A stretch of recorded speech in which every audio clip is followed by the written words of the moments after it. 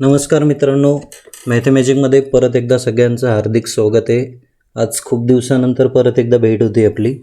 तर आजच्या व्हिडिओमध्ये बघायचे आपल्याला टेक महिंद्राची ॲप्टिट्यूड जे टेस्ट झाली त्यामध्ये न्यूमेरिकल ॲबिलिटीवरती आलेले क्वेश्चन. तर टेक महिंद्राचा जो पेपर झालेला आहे ते 22 ते 25च्या दरम्यान झालेला आहे. लास्ट मंथ TCS NQT नंतर जर कुठला पेपर झालेला असेल, लास्ट मंथ TCS NQT नंतर पेपर झालेले टेक महिंद्राचे. आणि यानंतर जानेवारीमध्ये टेंटेटिव्हली जानेवारीमध्ये विप्रोची इलाइटचे पण पेपर होणार आहे. ठीक आहे, तर याची पण लेवल 1 अँड द सेम जवळपास अशीच असेल.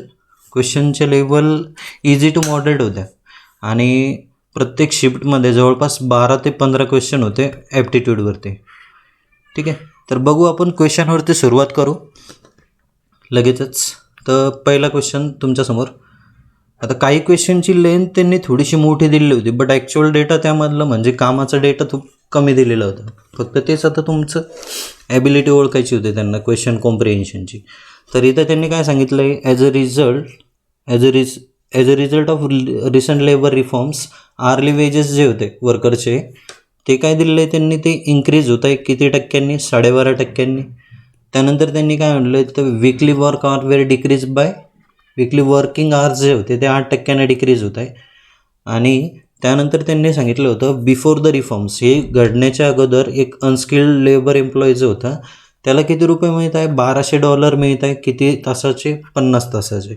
तर विचारलं आहे त्यांनी what will be the change in earning per weak after this reforms. तर या रिफॉर्मनंतर तो जो वर्कर होता त्याच्या अर्निंगमध्ये काय इम्पॅक्ट पडणार ते सांगायचं आहे तुम्हाला. टेक महिंद्राचा 24 नोव्हेंबरच्या पेपरला आलेलं क्वेश्चन आहे. ठीक, तर सगळ्यात पहिले क्वेश्चन रीड केल्यानंतर ऑप्शनकडे एकदा चक्कर मारल्यावरती एक अंदाज येतो आहे की इथं डेटा जो दिलेला आहे आपल्याला सगळा, म्हणजे ॲन्सर जे काही दिलेलं आहे हे सगळं ॲन्सर इन टर्म्स ऑफ कशामध्ये दिलं आहे, तर पर्सेंटेजमध्ये दिलं आहे. आणि नेहमी लक्षात ठेवा, जेव्हा डेटा इन टर्म्स ऑफ पर्सेंटेजमध्ये विचारलेला असतो तेव्हा ॲक्च्युअल डेटा जो दिलेला असतो क्वेश्चनमध्ये त्याच्याच काय घेणं नसतं. म्हणजे क्वेश्चनमध्ये हे जे दिलेलं आहे की $1200 मिळत होते त्याला 50 तासाचे, तर हा फक्त क्वेश्चनमधला डायव्हर्जनवाला पार्ट आहे. याचा ॲक्च्युअल क्वेश्चनशी काही एक रिलेशन नाही आहे. तर हा फक्त तुम्हाला त्रास देण्यासाठी टाकलेला असतो. तर $1200 50 तासाचे काहीच रोल नाही. मग सुरुवात करू क्वेश्चनला सोडवायला कसं पाहिजे नव्हतं. तर सगळ्यात पहिले त्यांनी सांगितलं आहे वेजेसमध्ये काहीतरी चेंजेस होत आहे.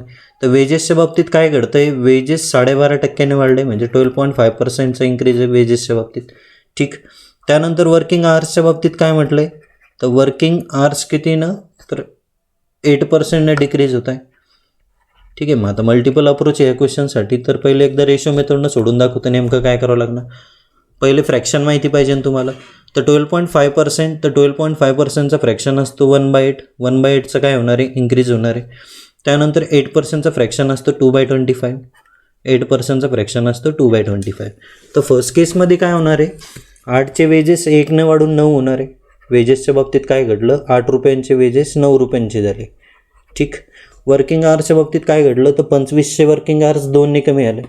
मग 2500 वर्किंग आवर्स 2ने कमी होऊन किती तास झाले, तर 23 तास काम करतोय. यानंतर काय करत असतो आपण, अपोजिटमध्ये कुठं काही काटाकाटी होत असेल तर काटाकाटी, एल्स काय करत असतो प्रोडक्ट. इथं काही काटाकाटी होत नाही. मग 25 8 किती होत आहे, तर 200. आणि 23 9 किती होत आहे, तर 207. म्हणजे अगोदरची अर्निंग होती ₹200 आणि आता किती आली आहे, 207. तर वेजेस जे वाढले त्याचे किती रुपयांनी वाढले, ₹7 वाढले. बट कशावरती वाढले हे, तर ₹200. मग 200 वरती ₹7, तर 100 वरती किती असणार आहे, ₹3.5. अर्धे पैसे होतील ना. म्हणजे नेट इफेक्टिव्ह पर्सेंटेज किती आला यांचा, 3.5%नं काय होणार आहे, इन्क्रीज होणार आहे. 3.5%चा काय होणार आहे वेजेसवरती इम्पॅक्ट, म्हणजे ऑप्शन नंबर काय असणार आहे, बी. तर ही झाली याला सोडवण्याची कुठली मेथड, रेशो मेथड. बट याला अजून बेटर वेनं कुठल्या मेथडनं सॉल्व्ह झाला असतात, तर इफेक्टिव्ह पर्सेंट. अजून चांगला अप्रोच कुठला राहिला असता या क्वेश्चनसाठी, इफेक्टिव्ह पर्सेंटनं जर सोडवला असता तर खूप इझिली सॉल्व्ह झाला असतं. आता इफेक्टिव्ह पर्सेंट नेमकं काय असतं आणि वापरायचं कुठं, तर हे सगळ्या जणांना माहिती असेल. इफेक्टिव्ह पर्सेंटचा फॉर्म्युला काय असतो, तर x + y + xy / 100. हा असतो इफेक्टिव्ह पर्सेंट. म्हणजे एक्स आणि वाय हे जे 2% गिवन असेल तुम्हाला की x% आणि y%, या दोघांचा नेट इफेक्टिव्ह पर्सेंट किती येत असतो तर Z% येत असतो. तर एक्स आणि वाय या दोघांचा नेट इफेक्टिव्ह झेड जर असेल म्हणजे x plus Y plus XY/100 हा असतो फॉर्म्युला. हे वापरता कुठं, जिथं दोन एंटिटीजचा प्रोडक्ट कुठला तरी एखादा कॉन्स्टंट जर सांगितलं असेल. सपोज कसं आहे की प्राईज इंटू कन्झम्पशन, प्राईज आणि कन्झम्पशन इक्वल टू काय असतं तुमचं एक्सपेंडिचर. म्हणजेच काय तर प्राईजवरती जो काय पर्सेंट चेंज असेल आणि कन्झम्पशनवरती जो काय पर्सेंट चेंज असेल, तर या दोघांचा नेट इफेक्टिव्ह जो चेंज पडत असतो तो कशावरती पडत असतो तुमचा एक्सपेंडिचरच्या वरती. तर सेम वे इथं पण तसंच म्हटलं होतं. इथं कसं म्हटलेलं आहे त्या कंडिशनमध्ये, इथं ते सांगितलं होतं त्यांनी wages into working hours equal to काय असणार आहे तुमची अर्निंग. म्हणजे वेजेस आणि वर्किंग आवर्सवरती जो इम्पॅक्ट पडणार आहे त्या दोघांचा नेट इफेक्टिव्ह पर्सेंट तुमच्या अर्निंगवरती पडणार आहे. ठीक, मग आता वेजेसमध्ये काय काय पर्सेंट सांगितले होते त्यांनी, तर वेजेस इन्क्रीज होते तर तुमचे 12.5%, वेजेस इन्क्रीज होत आहे 12.5%. वर्किंग आवर्स कितीने डिक्रीज होत आहे तर 8%. मग या दोघांचा नेट इफेक्टिव्ह किती येणार आहे तर x plus Y plus XY/100. Solve करा मग. तर सॉल्व केलं तर इथं काय होणार आहे 12.5% -8 minus of 12.5 into 8 divided by काय येणार आहे तर 100. ठीक, फर्दर सॉल्व केल्यावरती काय होणार आहे 12.5मधून 8 गेले उरले किती तर 4.5. 12.5मधून 8 गेले उरले किती 4.5. मग 12.5 इंटू 8 म्हणजे 25 इंटू 4, 25 किती होत आहे 100. 100/100 म्हणजे किती येणार आहे 1. आणि 4.5मधून 1 गेला उरला किती तर 3.5, बट पॉझिटिव्ह आले 3.5 म्हणजे 3.5%नं काय होणार आहे इन्क्रीज होणार. 3.5%नं काय होणार आहे इन्क्रीज. तर हा क्वेश्चन सुटायला कसं पाहिजे नव्हतं, तर हा क्वेश्चन ओरली सॉल्व झाला पाहिजे नव्हता. हा क्वेश्चन सॉल्व कसा झाला पाहिजे नव्हता तर ओरली सॉल्व झाला पाहिजे नव्हता. तर क्वेश्चन एकदा वाचल्यानंतर इथं दिसलं आहे मला की काय काय दिसलं. वेजेस काय होत आहे इन्क्रीज कितीने 12.5ने. वर्किंग आवर्स काय होत आहे डिक्रीज कितीने 8ने. मग 12.5मधून 8 गेले उरले किती तर 4.5. 12.5 इंटू 8 म्हणजे किती होत आहे 100/100. मग 100/100 म्हणजे 1 आणि 4.5मधून 1 गेला उरले किती 3.5 म्हणजे 3.5%चा इम्पॅक्ट पडणार आहे. आणि तो कसा असणार आहे पॉझिटिव्ह. म्हणजे वेजेस जे असणार आहे ते 3.5% वाढणार. म्हणजे option number B will be your correct answer. I hope सगळ्यांना समजलं असेल. जाऊ नेक्स्ट क्वेश्चनकडे. सेम त्याच टाईपवरती फक्त थोडासा चेंज केलेला आहे. परत एकदा त्यांनी काय सांगितलेलं आहे इथं की प्राईज जे होते फ्युएलचे प्राईज हे काय होत आहे रेज होत आहे म्हणजे वाढत आहे. किती टक्क्यांनी वाढत आहे तर 25% वाढत आहे. त्यानंतर such that only can offered spend only additional 15%. आता खर्चाच्या बाबतीत बोलले की खर्च हे भाव वाढल्यामुळं खर्च तुम्ही फक्त 15%ने वाढवू शकता. तर what should decrease in consumption, तर कन्झम्पशनमधलं डिक्रीज तुम्हाला सांगायचं आहे. रेशो मेथडनं सोडून दाखवतो एकदा. तर प्राईजच्या बाबतीत काय घडलं आहे प्राईज कन्झम्पशन. ठीक, आणि या दोघांचा इफेक्ट काय असतो तुमचा एक्सपेंडिचरवरती पडत असतो. तर प्राईजच्या बाबतीत म्हटलं होतं की प्राईज 25%ने वाढणार आहे. ठीक आहे, कन्झम्पशनच्या बाबतीत काय आयडिया नव्हती, कन्झम्पशनच्या बाबतीत काय घडतं आहे काय माहिती नाही. आणि एक्सपेंडिचरवरती काय म्हटलं आहे की 15%चं एक्सपेंडिचर तुम्ही वाढवू शकता. ठीक आहे, मग आता पर्सेंटेजचे काय माहिती पाहिजे तुम्हाला, फ्रॅक्शन माहिती पाहिजे. 25% म्हणजे किती असतो 1/4.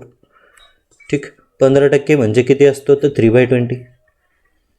ठीक आहे, तर पहिल्या केसमध्ये काय आलं तर प्राईस जी होती ती 4 रुपयांची 5 रुपये झाली. कन्झम्पशनच्या बाबतीत काय होतं आहे काय माहिती नाही तुम्हाला, कन्झम्पशनच्या बाबतीत काय घडतं आहे काय माहिती नाही. बट एक्सपेंडिचरच्या बाबतीत काय होतं आहे तर 3/20ने इन्क्रीज होणार आहे. म्हणजे अगोदर जर 20 रुपये खर्च करत असेल तर आता 23 रुपये खर्च करणार तुम्ही. मग आता इथं कन्झम्पशनच्या जागेवरती कुठले नंबर ठेवावं लागणार, तर कुठले नंबर ठेवावं लागणार आहे तर ते डिवाईड करावं लागणार आहे. तर ह्या 20ला 4ने डिवाईड केलं म्हणजे किती येणार आहे 5. आणि ह्या 23ला 5ने डिवाईड केलं म्हणजे किती येणार तर 4.6. ठीक आहे ना, म्हणजे 4×5 = 20, तसं 5 × 4.6 केलं तर किती होतं आहे 23. म्हणजे कन्झम्पशन तुमचं 5 वरतून 4.6 वरती आलं. कन्झम्पशन तुमचं किती वरतून किती वरती आलं 5 वरतून 4.6 वरती आलं. म्हणजे कन्झम्पशन डिक्रीज कितीनं झालं आहे तर 0.4ने डिक्रीज झालं आहे. कशावरती डिक्रीज झालं आहे 5 वरती डिक्रीज झालं आहे. इन टर्म्स ऑफ 100 जर म्हटलं तर किती येणार आहे 0 कॅन्सल होऊन जाणार आहे. त्यानंतर 5×8 किती होत आहे 40. म्हणजे किती पर्सेंट येत आहे तर 8%. म्हणजे option number A will be your correct answer. ठीक, ही कुठली मेथड झाली याला रेशो मेथड. बट आत्ता तुम्हाला सांगितलं की इफेक्टिव्ह पर्सेंटनं क्वेश्चन सॉल्व्ह होऊ शकतो. तर इफेक्टिव्ह पर्सेंट काय असतो आणि कुठं वापरतो आपण, तर प्राईज इंटू कन्झम्पशन जर दिलेलं असेल, या दोघांचा नेट इफेक्ट कशावरती पडत असतो, तुमचा एक्सपेंडिचरवरती. बट यात थोडंसं चेंज करून दिलं आहे. तर यात काय काय दिलं आहे तुम्हाला, प्राईजवरती काय इम्पॅक्ट पडतो ते सांगितलं आहे की प्राईस 25% वाढती आहे, कन्झम्पशन कितीने डिक्रीज होतं आहे, तर 6% डिक्रीज होतं असेल, माहिती नाही आपल्याला. आणि एक्सपेंडिचरवरती काय म्हटलं, तर एक्सपेंडिचर 15% वाढतो आहे. एक्सपेंडिचर काय होतं, 15% वाढतो आहे. मग आपण इफेक्टिव्ह पर्सेंटचा फॉर्म्युला वापरला तर चालेल. इफेक्टिव्ह पर्सेंट काय असतो, मग X plus Y plus X Y divided by 100 is equal to काय असतो, झेड. बट यामध्ये आपल्याला एक्स आणि वाय नाही दिलेला आहे, एक्स आणि झेड दिलेला आहे, वाय आपल्याला सांगायचं आहे. व्हॅल्यू पुट करा इथं. व्हॅल्यू जर पुट केलं तर इथं काय येणार आहे, एक्स इज इक्वल टू किती होतं आहे 25, वाय म्हणजे काय असणार आहे C% आहे. त्यानंतर 25 इंटू सी डिवायडेड बाय काय असणार आहे 100 आणि इक्वल टू काय येतं आहे 15. काटाकाटीचं पार्ट आहे पुढचा, सॉल्व करा. व्हेरिएबल एका साईडला टाका, नंबर एका साईडला टाका. 25 हा 100 उडवलं, किती टाईम्स कटला आहे 4 टाईम्स.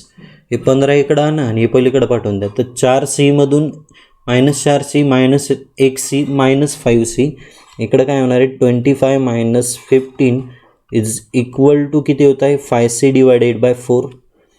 ठीक, 25 15 गेले, उरले किती, तर 10 इज इक्वल टू काय असणार आहे 5C डिवायडेड बाय 4. 5 10 किती टाईम्स कटला आहे 2 टाईम्स, म्हणजे C इज इक्वल टू किती येत आहे 4 2 8. ठीक, C इज इक्वल टू किती येत आहे 4 2 8. असं जरी सोडवलं तरी चालतं. बट या दोन्ही मेथडपेक्षा, म्हणजे इफेक्टिव्ह पर्सेंटनं सॉल्व केल्यापेक्षा किंवा रेशो मेथडनं सॉल्व केल्यापेक्षा याला बेटर मेथड राहिली असती की ऑप्शननं जायचं. मग ऑप्शननं कसं जायचं, तर प्राईज वाढती 25, कन्झम्पशन मी ऑप्शनमधून पकडलं 8 डिक्रीज होत आहे. मायनस काय येणार इथं 25 इंटू 8 डिवायडेड बाय 100. याचा ॲन्सर जर 15 आलं तर आपलं हेच ॲन्सर असणार आहे. चेक करा मग. तर 25 8 गेले, उरले किती, तर 17. 25 8 किती होत आहे 200. 200 डिवायडेड बाय 100 म्हणजे किती येत आहे 2. 17 वजा 2 म्हणजे किती येत आहे 15. कंडिशन सॅटिस्फाय झाल्या सगळ्या. कंडिशन सॅटिस्फाय कोणी करून दिली, जेव्हा कन्झम्पशनच्या बाबतीत किती पर्सेंट घेतले होते मी 8%. तर तुम्हाला या तिघांपैकी जी मेथड बेटर वाटली ती मेथड वापरू शकता, रेशो मेथड किंवा इफेक्टिव्ह पर्सेंट किंवा बाय ऑप्शन. ठीक, चलो नेक्स्ट क्वेश्चनकडे जाऊ लगेचच. तिसरा क्वेश्चन परत एकदा तसंच आहे की लेंथ आणि ब्रेड्थ वाढती आहे रेक्टँग्युलर प्लॉटची. परत एकदा इथं तेच असणारी एरिया. बघा, रेक्टँग्युलरच्या बाबतीत पण आपल्याला नेट इफेक्टिव्ह पर्सेंटेज वापरता येत असतो की L into B is equal to काय असतो, एरिया असतो ना. म्हणजे लेंथवरती आणि ब्रेथवरती जो इम्पॅक्ट पडतो या दोघांचा नेट इफेक्टिव्ह तुमच्या एरियावरती इम्पॅक्ट पडत असतो. इथं तेच सांगितलं आहे की लेंथ वाढवली 10%, ब्रेथ वाढवली 20%, तर नेट इफेक्टिव्ह काय पडणार आहे. मग रेशो मेथडनं सॉल्व केलं तरी चालेल, रेशो मेथडनं सॉल्व केलं तरी चालेल. बघा, लेंथ आणि ब्रेथ किती टक्के 20%ने वाढत आहे, किती टक्क्याने वाढत आहे परत 10, ही 10% होते पहिले. आणि ब्रेडच्या बाबतीत किती म्हटलं होतं 20%. फ्रॅक्शन माहिती असायला पाहिजे दोघांचे. तर 10% म्हणजे 1/10, 20% म्हणजे 1/5. तर इकडं 10ची लेंथ 1ने वाढून 11 केली आणि इकडं 5ची लेंथ 1ने वाढून 6 केली. अपोजिटमध्ये काही काटाकाटी होत असेल तर काटाकाटी करा, अदरवाईज डायरेक्ट लिहून घेतलं तरी हरकत नाही. तर इथं किती होत आहे 50 आणि 11 सक किती होत आहे 66. तर अगोदरचा एरिया जर 50 असेल तर आता किती आला आहे 66. मग वाढला किती नाही एरिया, तर 16ने वाढला आहे. कशावरती 50वरती, तर 100वरती किती, मग 50वर 16 तर 100वरती किती टक्के असणार आहे 32%. असं केलं तरी चालेल. बट बेटर काय असतं की हे लक्षात ठेवा नेहमी की जर दोन एंटिटीजचा प्रोडक्ट जर दिलेला कॉन्स्टंट जर असेल आणि त्या दोघांमध्ये जो काही इम्पॅक्ट होतो त्याचा इम्पॅक्ट तुमच्या एरिया म्हणजे नेट इफेक्टिव्ह पर्सेंट येत असतो.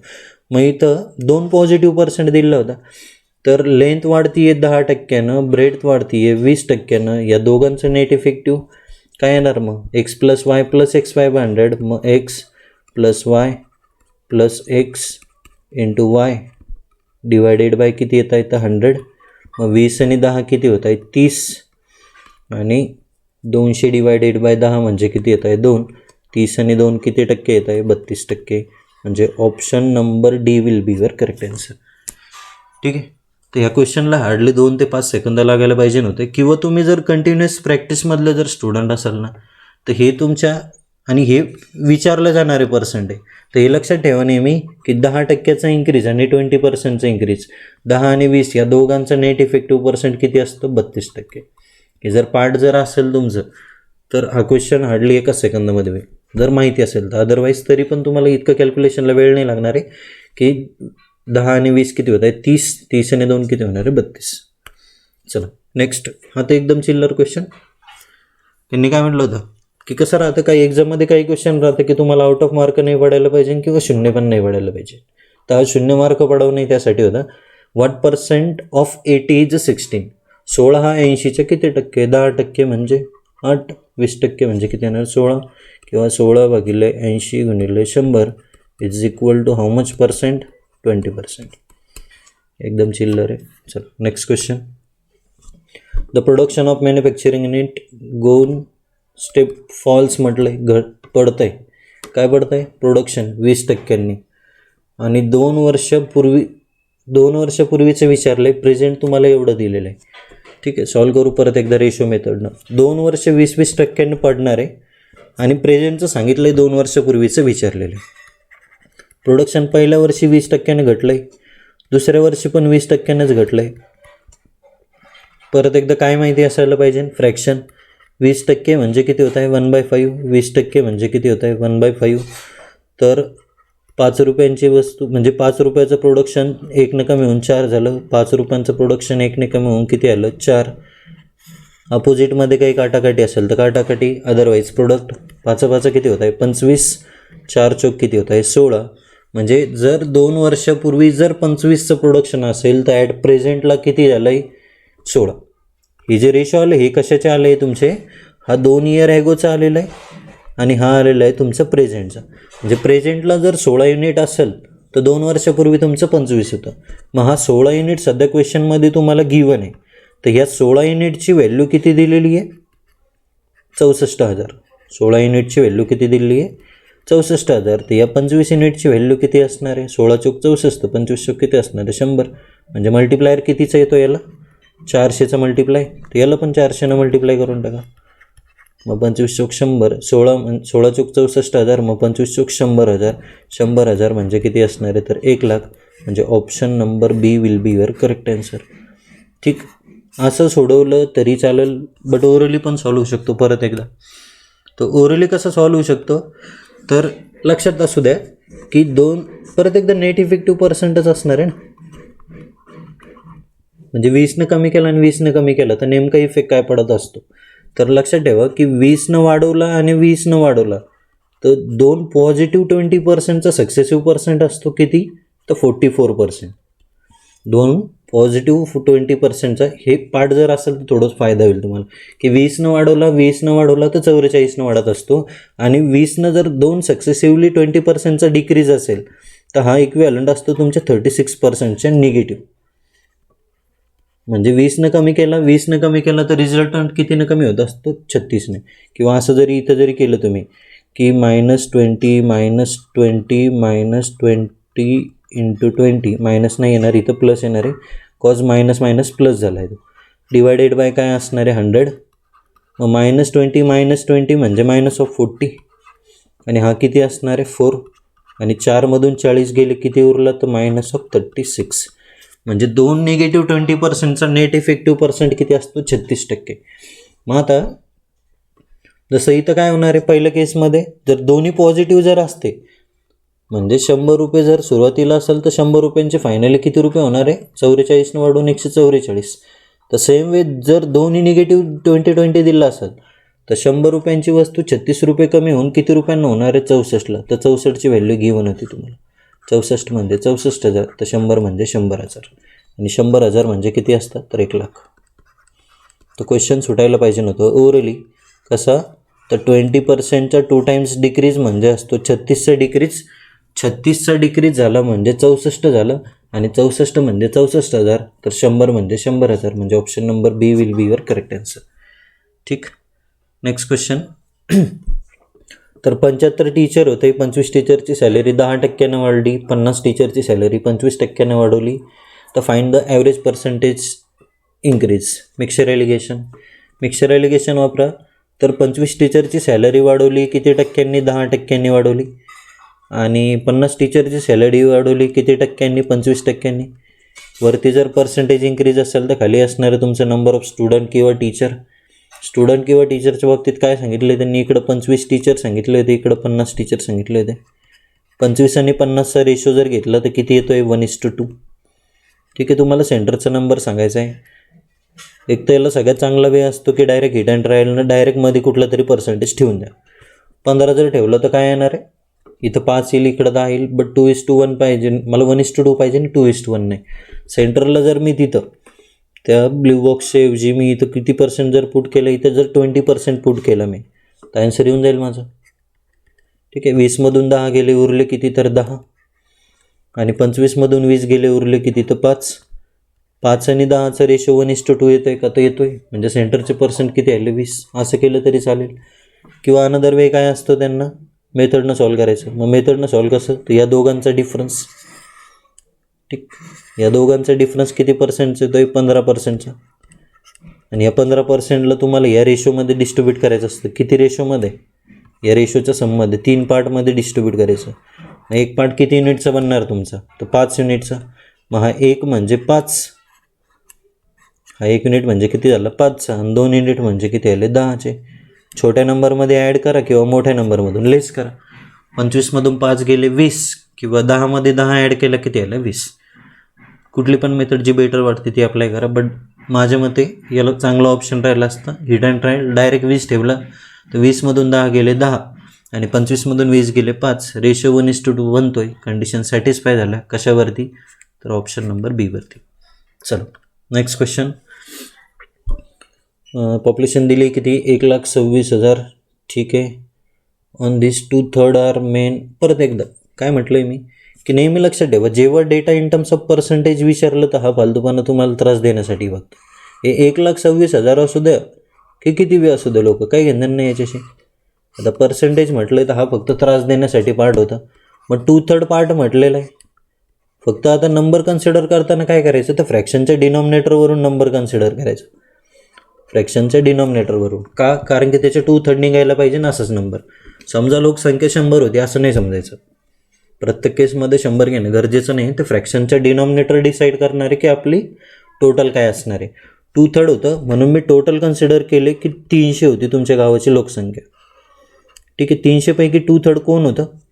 2/3 आर मेन होते. म्हणजे 300च्या 2/3 म्हणजे 200 काय आले? माणसं. राहिलेले 100 काय असणार आहे? बायान असणार आहे. ठीक आहे, तर हे 200 काय होते? मेल होते. तर 100 काय असणार आहे? फिमेल असणार आहे. ठीक आहे, त्यानंतर त्यांनी काय म्हटलं होतं? And they are married to woman. अच्छा, वुमनसोबत लग्न करणारे. वुमनसोबतच करत असतं लग्न. सेम सिटी म्हटलं. अच्छा, त्यांच्याच गावातल्या मुलींसोबत लग्न करणारे. आणि किती टक्के म्हटलं होतं? 40% मेन आर मॅरिड. तर याच्यापैकी 40% माणसांचं लग्न झालेलं आहे. मग 200च्या 40% माणसं म्हणजे किती येणार? तर 80 माणसांचं लग्न आलेलं आहे. जर 80 माणसांचं लग्न आलेलं आहे, ह्याच गावांमधल्या मुलीतील सोबत झालेलं आहे, तर या 100पैकी 80 मुलींचं लग्न झालेलं असणार आहे. या 100पैकी 80 मुलींचं लग्न झालं आहे या 80 माणसांसोबत. किती मुली लग्नांच्या राहिल्या अजून? 20 मुलींचं लग्न बाकी आहे. किती मुलींचं लग्न बाकी आहे? 20. ह्या झाल्या अनमॅरिड. हेच विचारलं असणार त्यांनी. काय विचारलं आहे? Find the percentage of woman who are unmarried. किती मुलींचं लग्न नाही झालेलं? किती मुलींचं लग्न नाही झालं अजून? तर 20 मुलींचं लग्न नाही झालं. आउट ऑफ किती? गर्ल्सपैकी म्हटलं आहे त्यांनी. मग 100पैकी. तर 100पैकी 20 मुलींचं लग्न नाही झालं म्हणजे किती टक्के मुलींचं लग्न नाही झालं? तर 20%. म्हणजे ऑप्शन नंबर काय येणार आहे? 20. समजलं आहे का? तर जेव्हा डेटा तुम्हाला इन टर्म्स ऑफ पर्सेंटेजमध्ये विचारलेला असतो तर ॲक्च्युअल नंबरशी काही घेणं नसतं. हे सगळे क्वेश्चन एक्झाममध्ये आलेले विथ ऑप्शन. ठीक आहे, मनानं कुठलाही क्वेश्चन बनवलेला नाही आहे. ठीक आहे, तर हा 24 तारखेला जो पेपर झाला तर त्यामध्ये आलेला क्वेश्चन होता. तर हे 1,26,000 फक्त डायव्हर्जनसाठी होता. ठीक, नेक्स्ट क्वेश्चन. आणि हे असं नाही आहे की टेक महिंद्रासाठी आलेले क्वेश्चन आहे म्हणजे बँकिंगवाल्यांसाठी कामाचे नाही आहे.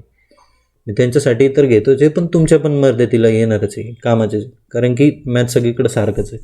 तर आता परत एकदा, तर क्वेश्चनमध्ये बघा खूप मोठा इरिलिव्हंट डेटा दिलेला असतो. क्वेश्चनची लेंथ मोठी असते. फोकस फक्त नंबरवरती सुरुवात करायचं. तर सगळ्यात पहिलं ऑप्शनकडे पाहिलं मी पर्सेंटेजवरती मला 45,000 दिसतं आहे, तर मी याला कट मारली, याचेच काही घेणं नाही मला. ठीक आहे, 45,000 त्रास देण्यासाठी होते, राहू द्या त्याला. ठीक आहे. त्यानंतर काय म्हटलं आहे 4/9. 4/9 काय होते, तर फिमेल्स होते. सेम क्वेश्चन आहे, फक्त दुसऱ्या दिवशी आला हा 25 तारखेला. 4/9 फिमेल होत्या, म्हणजे टोटल लोकसंख्या कन्सिडर केली मी 900ची. 900पैकी 4/9 म्हणजे 400 जर फिमेल असेल तर राहिलेले 500 कोण असणार होते, मेल असणार होते. ठीक, ह्या फिमेल आणि ह्या मेल होते. ठीक आहे, पुढं 60% ऑफ मेल्स आर अनमॅरिड. आता 600 माणसांचं लग्न नाही झालेलं. ठीक आहे, म्हणजे 60%, सॉरी 600 नाही 60%. मग याचं 60% म्हणजे 6×5 तर 300 अनमॅरिड म्हणजे 200 मॅरिड माणसं आहे. हे मॅरिड आणि हे अनमॅरिड. ठीक, पुढं if each female are married to a male represent the couple in the community. म्हणजे परत एकदा ह्या गावामध्ये पण तीच कंडिशन ठरलेली आहे की इथल्या माणसांनी ह्याच गावामधल्या फिमेलसोबत लग्न केलेलं आहे. तर ह्या 200 माणसांचं लग्न झालं आहे, म्हणजे या 400पैकी 200 मुलींचं लग्न त्या 200 माणसांसोबत झालेलं असणार आहे, म्हणजे 200 मुली मॅरिड असणार आहे. आता राहिलेलं 200 मुलींचं लग्न बाकी आहे अजून. ह्या 200 मुली अनमॅरिड. विचारलं काय आपल्याला, अनमॅरिड फिमेल्स किती. परत एकदा सेम क्वेश्चन होता खालच्या, तो अगोदरचा क्वेश्चन होता तसंच. तर 200 मुलींचं लग्न बाकी आहे आउट ऑफ 400, तर 100पैकी किती, अर्ध्या मुलींचं लग्न बाकी आहे अजून. चान्स आहे तुम्हाला. ठीक आहे, तर 50% मुलींचं लग्न बाकी आहे. ऑप्शन नंबर काय असणार, ए. नेक्स्ट हे इरोनॉमस कॅल्क्युलेशनवाला येत असतो एक क्वेश्चन. तर यामध्ये काय काय दिलं आहे, मी क्वेश्चन जे पकडले सगळे मी फक्त पर्सेंटेजवरचे क्वेश्चन काढले. मेजॉरिटी क्वेश्चन जे काढले आहे मी पर्सेंटेजवरचे. मी अजून बाकी टॉपिकवरती व्हिडिओ बनवले आता की सिम्पल कंपाऊंडवरती क्वेश्चन कसे आले ते.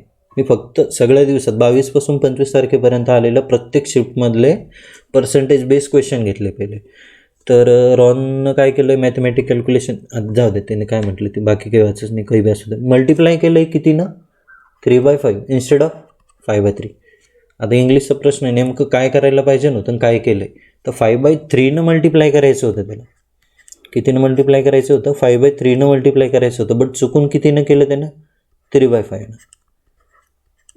ठीक आहे, तर ॲक्च्युअल घटना कोणती घडणार होती, हे तुमचं हे होतं तुमचं ॲक्च्युअल, आणि ही झाली मिस्टेक. ठीक आहे, या टाईपच्या एक्झाम्पलमध्ये काय करायचं, तर नंबर असा कन्सिडर करायचा की ज्याचं 3/5 5/3 पण निघायला पाहिजे. म्हणून त्या फ्रॅक्शनचे जे डिनॉमिनेटर असतात त्या फ्रॅक्शनच्या डिनॉमिनेटरचं एलसीएम घेऊन नंबर कन्सिडर करायचा. मग 3 आणि 5 या दोन्ही पाड्यामध्ये येणारा नंबर कुठला, तर 15. म्हणून मी असं कन्सिडर केलं की तो नंबर होता 15. तर हा जो 15 नंबर होता याच्या तुम्हाला किती काढायचे होते, तर 5/3 काढायचे होते. मग 15चे 5/3 काढायचं होतं. मग 3 5 15 5 5 किती येणार होते, तर 25. म्हणजे ॲन्सर आलं असतं तुमचं, ॲक्च्युअल ॲन्सर आलं असतं किती, तर 25. ठीक आहे, ॲक्च्युअल ॲन्सर किती आलं असतं, 25. बट झालं काय, तुम्ही असं नाही केलं, गडबड केली. काय गडबड केली, तर 3/5नं मल्टिप्लाय करून ठेवलं त्याला. तर हा 15 जो होता त्याला 5/3नं मल्टिप्लाय न करता 3/5नं मल्टिप्लाय केलं. मग किती येणार ते, 5 त्रिक 15 3 त्रिक 9. ॲन्सर यायला पाहिजे नव्हतं तुमचं 25, बट आलंही किती, या कॅल्क्युलेशनच्या गडबडमुळं 9 आलं आहे. मग त्यांनी विचारलेलं असतं percentage error in the calculation.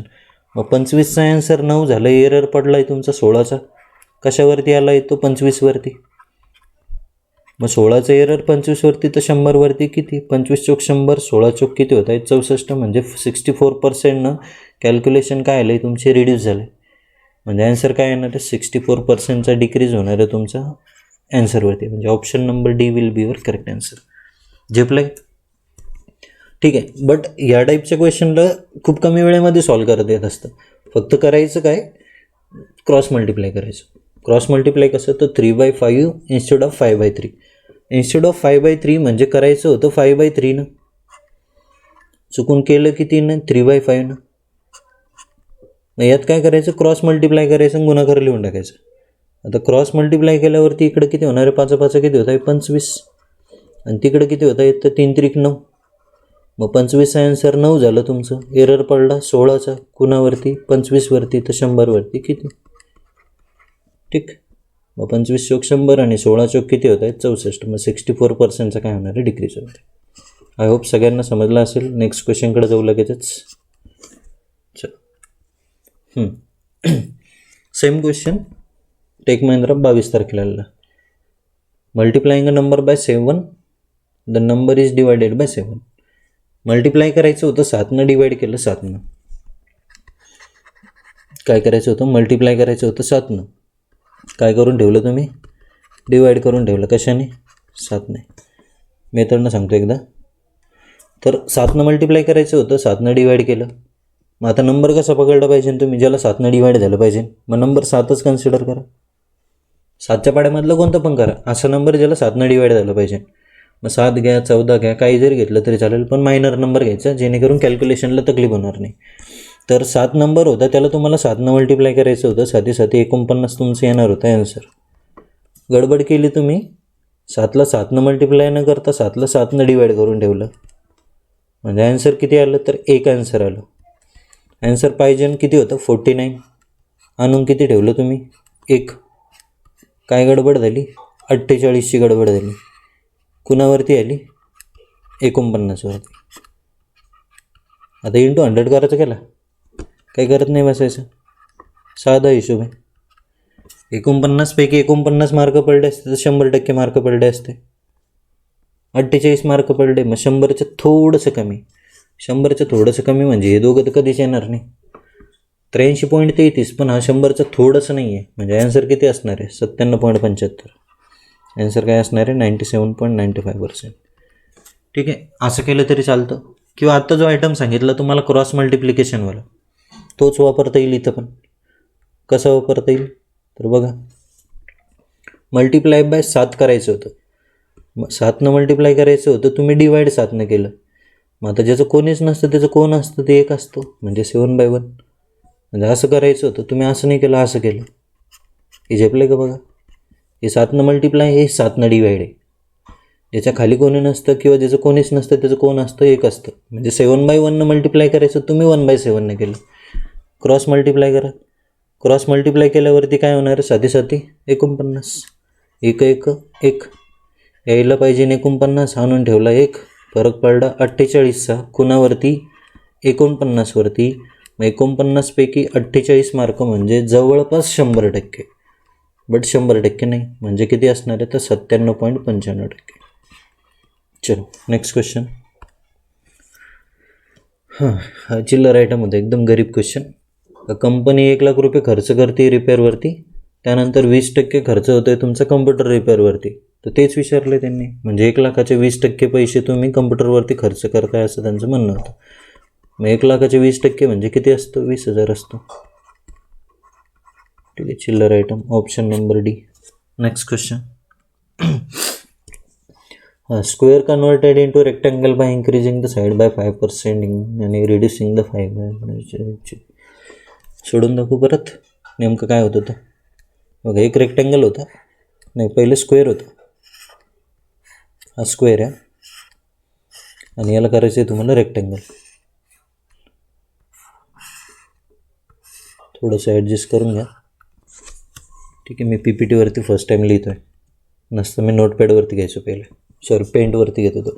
तर 5%चं फ्रॅक्शन माहिती असू द्या. 5%चं फ्रॅक्शन किती असतो? 1/20. मग 1/20नं 1 वाढवायचं, 1 1/20नं कमी करायचं आहे. म्हणून मी दोन्ही काय कन्सिडर केलं? तर 20-20 कन्सिडर केलं. म्हणजे हा स्क्वेअर जो होता, हा स्क्वेअर होता, हा असणार तुमचा रेक्टँगल. ठीक आहे, तर याची ही साईड 20ची होती आणि ही पण साईड 20ची होती. याचा एरिया किती असणार आहे? 400 असणार आहे. हा जो स्क्वेअर होता याचा एरिया किती होता? 400. ठीक आहे, आता काय करायचं आहे? त्यांनी म्हटलं की एक साईड वाढवली आणि एक साईड कमी केली. ठीक, मग 1/20ने इन्क्रीज झाला. 1/20ने इन्क्रीज झालं म्हणजे 20वरती 1ने इन्क्रीज होऊन 21 केली.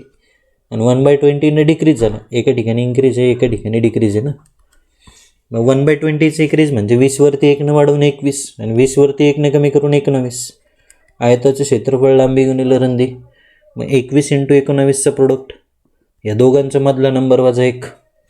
कन्झिक्युटिव्ह नंबरचा जर प्रोडक्ट करायचं असेल, समजा असं करायचं आहे की 4 × 6चा गुणाकार करायचा आहे, तर काय करायचं माहिती नाही. समजा मला sin चौक 24 होतं असं माहिती नव्हतं, तर काय करायचं? या दोघांच्या इन बिटवीन जो नंबर राहतो त्याचा स्क्वेअर करायचा. या दोघांच्या इन बिटवीनच्या नंबरचा स्क्वेअर वजा 1, 25 वजा 1 किती येणार आहे तर 24. तसंच ते sin चूक 24 होत असतं. मग सेम वे मला तेच करायचं होतं ना, तर 19 आणि 21चा प्रोडक्ट करायचा होता. माहिती नाही किती होतं, एवढं लवकर ट्यूब नाही पेटत आपले, किंवा 19 आणि 21 दोन्ही बी अवघड पाडे, जमत नाही. मग काय करणार, तर दोघांच्या मधला नंबर कोणता आहे तर 20. या 20चा स्क्वेअर किती होणार आहे 400, आणि 400मधून 1 उडवलं किती होणार तर 399. ठीक आहे, म्हणजे या एक रेक्टँगलचा एरिया किती आला 399. बरं, आता गडबड काय आली मग, तर ॲन्सर पाहिजे नव्हतं तुम्हाला 400चं. ओरिजिनल एरिया होता 400चा, आणून ठेवला तुम्ही 399. कितीचा एरर पडला 1चा. कुणावरती 400वरती. तर 100वरती किती. आता 1/400 म्हणजे किती असणार आहे, बरं 1/4 म्हणजे 25 असतो, त्याला 100 भाग दिलं म्हणजे 0.25% असणार आहे. किती असणार 0.25%, म्हणजे option number B will be your correct answer. ठीक आहे, असं केलं तरी चालतं, बट सोपा आयटम काय असणार आहे की 25 5 वाढवलं 5 कमी केलं. आता आयताचे क्षेत्रफळ लांबी गुणिले लांबी असतं. तुम्हाला सांगितलं की नेट इफेक्टिव्ह पर्सेंट कुठं कुठं वापरता येतो, जिथं प्रोडक्ट असेल तिथं. मग 5 वाढवलं 5 कमी केलं, याच्यासाठी फॉर्म्युला काय असतो, जेव्हा इफेक्टिव्ह पर्सेंटमध्ये दोन्ही पर्सेंट सारखाच दिलेला असेल तर काय होत असतं, तो x - x into x divided by 100 असंच होत असतं ना. जेव्हा x आणि y दोघं एकच गोष्ट असतं, आणि मग हा पार्ट तर कॅन्सलच होऊन चालला आहे, उरतं काय तुमचं तर इतकाच पार्ट. मग x इंटू एक्स म्हणजे काय असणार आहे तर -(x² डिवायडेड बाय 100), म्हणजे त्या गिवन पर्सेंटेजच्या स्क्वेअरला 100ने डिवाईड केल्यावरती येणार आन्सर. तर 5चा स्क्वेअर किती होत असतो तो 25, आणि या 25ला 100 भाग दिल्यावरती येणारा नंबर. तर 25 भागिले 100 म्हणजे किती असणार आहे तो 0.25%. एवढ्या पर्सेंटनं काय होणार आहे तर डिक्रीज होणार आहे. इतक्या पर्सेंटनं काय होतं आहे डिक्रीज. चल, झेपलं असेल सगळ्यांना, option number B will be your correct answer. चलो पुढं. तर 60% कास्ट करताय, टोटल मतदान दिलं होतं 80,500. यम आणि यस नावाचे पर्सन दिलेलं आहे. यम जिंकतोय 1300 मतांनी. By what percentage of the vote cast. Casted वोटच्या रिलेशनमध्ये विचारलेलं आहे तुम्हाला की किती टक्के मतांनी जिंकतोय. आता इथं 80,500 होता, किती दिलं आहे 80,500 होती पूर्ण लोकसंख्या. यापैकी 60% जणांनी मतदान केलं. किती टक्के जणांनी मतदान केलं 60%. याच्या 60% म्हणजे 8×48 आणि 5×30 म्हणजे 48,300 येतील. ठीक आहे, उलटा मल्टिप्लाय 8×48 5×30 म्हणजे हे कुठलं मतदान झालं तुमचं कास्टेड मतदान. हेच कास्टेड मतदान 2 जणांमध्ये वाटलं जाणार आहे. कोणामध्ये, विनर लुझरमध्ये. विनर लुझर कोण कोण होता, यम आणि यस. ठीक आहे, कोणाला किती मिळतं काय घेणं नाही आपल्याला. त्यांनी सांगितलं यम जिंकतोय किती मतांनी जिंकतोय 1300 मतांनी जिंकतोय. पुढं काय म्हटलंय त्यांनी, by what percentage of the votes cast. ही थोडीशी महत्त्वाची line. By what percentage of vote cast म्हटलंय, म्हणजे कास्टेड वोटच्या रिलेशनमध्ये विचारलं आहे, टोटलच्या बाबतीत नाही विचारलं. कास्टेड वोटच्या रिलेशनमध्ये विचारलं आहे. M bit yes. यम हा यसला किती मतांनी हरवतोय तर 1300 मतांनी हरवतोय. बट डिवाइडमध्ये काय येणार आहे तुमचे कास्टेड मतदान येणार आहे. मग कास्टेड मतदान म्हणजे किती होतं तर 48,300 इंटू 100. आता 1% कितीच येतो आहे आता 400चा 483चा. 1% कितीच येतो आहे 483. 500 जर असतं तर किती यायला असतं वरती, समजा 5×15 3%पेक्षा थोडंसं कमी उत्तर 2.7% यायला पाहिजे. हे बघा 3च्या पुढं जात नाही, 3 पण येत नाही, हे दोन्ही ऑप्शन येत नाही. ठीक आहे, राहिलं 2.2 बनण्याचा चान्स नाही, कारण की 900च घरात जाईल, काहीतरी 900 किंवा 1000-1100च्या घरात जाईल. आपल्याला 1300 पाहिजे ना, म्हणजे ऑप्शन मस्ट बी 2.7च असणार आहे. ठीक आहे, चला पुढं. एक्स काय करतोय 35% इन्कम शॉपिंगवरती, 40% हाऊस रेंटवरती, आणि हाऊस रेंट दिलेला आहे 3840. How much does x spend on shopping. तर 40%ची व्हॅल्यू गिवन आहे तुम्हाला. 40% म्हणजे किती दिलेलं आहे तर 3840, आणि विचारलं काय 35%ची व्हॅल्यू. आता उत्तर काय येऊ शकतं तर एक तर आता ज्यांनी माझे बॅच केलेलं असेल क्लासमध्ये ना, त्यांना सगळ्यात पहिले ट्यूब पेटले असेल प्राईम नंबर. 35% व्हॅल्यू काढायची म्हणजे 7च्या पाड्यातलं उत्तर पाहिजे नाही. ठीक आहे. हे 7 5 35 2 उरले, हा ऑप्शन घरी गेला. हा एक उत्तर येण्याचा चान्स आहे. हा 7 चौक 28 5 उरले, हा पण घरी गेला. हा 7 चौक 28 5 उरले 7 8 56. या दोघांपैकी उत्तर येणार आहे. मग 3360 किंवा 3500. मग 40% म्हणजे 40,000 तर नव्हतं तिथं, मग 3500 उत्तर येत नाही, म्हणजे आन्सर हेच असणार आहे 3360. कॅल्क्युलेशन केलं तरी चालेल, किंवा अजून चांगल्या पद्धतीने कसं करता आलं असतं. हा 40% होता, हे 384 म्हणजे किती टक्के आलं त्याचं? 4%. ठीक आहे. किंवा 400 उडवून टाका याच्यातून. 400 उडवलं म्हणजे 3400च्या रेंजमध्ये गेला, तर उत्तर जे येणार आहे तुमचं 3400च्या ॲप्रॉक्स असणार आहे. 3400च्या जवळपास म्हणजे 3360. किंवा कॅल्क्युलेशन केलं तरी चालेल, तर तुमचा कॉल बाकी. तर सगळ्यात बेटर वे राहिला असतं याला सगळ्यात पहिले 7चा पाडा का, कारण की 35ची व्हॅल्यू काढायची होती. 35मध्ये प्राईम नंबर कुठला आहे? 7, म्हणून येणारा आन्सर 7च्या टेबलमध्ये. मग एक तर 3500 किंवा 3360. 3500 कधी आलं असतं? जेव्हा 40 म्हणजे 40,000 जर असतात तरच ना. 40 म्हणजे 4,000, तर 35 म्हणजे 3,500 असं आलं असतं. 40 म्हणजे 4,000 नव्हतं, म्हणजे 35 म्हणजे 3,500 येणार नाही. मग 3360च उरलं आहेत ऑप्शन. नेक्स्ट, 15 वुमन अर्ध काम करत आहे 20 दिवसामध्ये. अच्छा, एक टायम नोटचा टाकला आहे की मी. ठीक आहे. तर 15 वुमन किती तास, किती दिवस? 20 दिवस. किती काम? अर्ध काम. 15 वुमन 20 दिवसात अर्ध काम करत आहे, तर 20 वुमन पूर्ण काम किती दिवसात? 20 वुमन किती दिवसात किती काम? पूर्ण काम. डिवाईडमध्ये 1 टाकावं लागणार. काटाकाटी केले तर हे 20 आणि 20 घरी गेले, 2 मल्टिप्लायला गेले, तर x इज इक्वल टू किती आलं? 30. म्हणजे ऑप्शन नंबर 1. असं केलं तरी चालेल, किंवा अजून थोडंसं की 15 वुमन अर्ध काम करत आहे किती दिवसात? 20 दिवसात. सगळं काम किती दिवसात करतील? 40 दिवसात. ठीक आहे. मग 15 वुमन 40 दिवसात काम करत आहे. 15 वुमन किती दिवसात? 40 दिवसात काम करत आहे. तर 20 वुमन किती दिवसात करतील? काटाकाटी केल्यावर काय येणार आहे? 20 1 20, 20 2 40, 15 2 किती येत आहे? 30. असं केलं तरी चालेल, किंवा मेंटली करता आलं असतं. हे जे आहे ना, की वुमन आणि डेज आपल्याला पलटी मारता येत असते, बदली करत येत असते. मग 15 वुमन अर्ध काम 20 दिवसात करताय, मग पूर्ण काम किती दिवसात करताय? 40 दिवसात. म्हणजे 15 वुमन 40 दिवसात, किंवा 40 वुमन 15 दिवसात. 40 वुमन किती दिवसात? 15 दिवसात. मग 40 वुमन जर 15 दिवसात काम करत आहे, आता काय विचारलं त्यांनी आपल्याला? किती वुमनला काम करायचं? 20 वुमनला. मग वुमन अर्धे तर दिवस डबल. 15चे डबल किती राहतील? 30. खतम क्वेश्चन. ठीक आहे. वेगवेगळे मेथड आहे, जसं प्रॉब्लेम आला तशा मेथड स्विच करायचे. आन्सर काय राहणार आहे? 30 दिवस. तर नेक्स्ट काय आहे का अजून? नाही. तर चला थांबू आपण. उद्या सकाळी 10 वाजता लाईव्ह लेक्चर असेल, ज्यामध्ये 2 DI घ्यायचे आपल्याला, आणि उद्यापासून करू काहीतरी डेली क्वेश्चन वगैरे, 10-15 क्वेश्चन रँडम टॉपिकवरती. चला, थँक्यू. व्हिडिओ आवडला असेल तर मित्रमंडळींना शेअर करा. End show.